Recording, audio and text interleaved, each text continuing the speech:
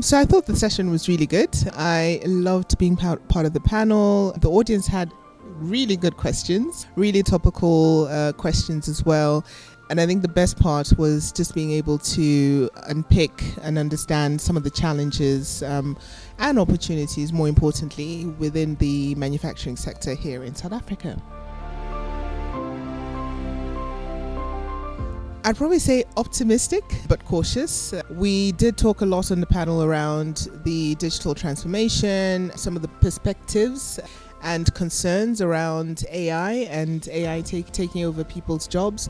But I think from my perspective, it's really looking at the opportunities. AI is, well, digital, maybe not AI, but digital is here to stay, right? The digital revolution is here. And within South Africa, it's how we embrace that, how we capitalize on that, and how we make it work. Because if we miss the bus, if we miss the boat, then we'll be left behind in terms of the global competitive landscape. So from a UK perspective, we have embraced the digital era and revolution. We are leading when it comes to digital transformation within the manufacturing sector. And there are a lot of opportunities for us to look at how we partner with South Africa on the digital front within manufacturing. So a lot of opportunities. There are risks, but if we manage them well, then opportunities and ability to scale globally will be presented to the South African manufacturing sector.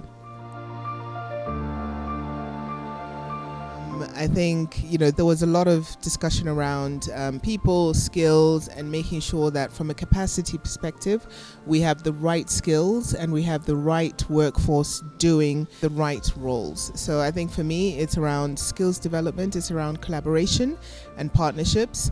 We as the UK are ready to partner with South Africa. We're already partnering with South Africa, but when it comes to manufacturing, we have the expertise, we have the willingness, we have the digital capability and capacity to be able to partner with South African manufacturing industry players. So collaboration and skills are probably the two takeaways for me.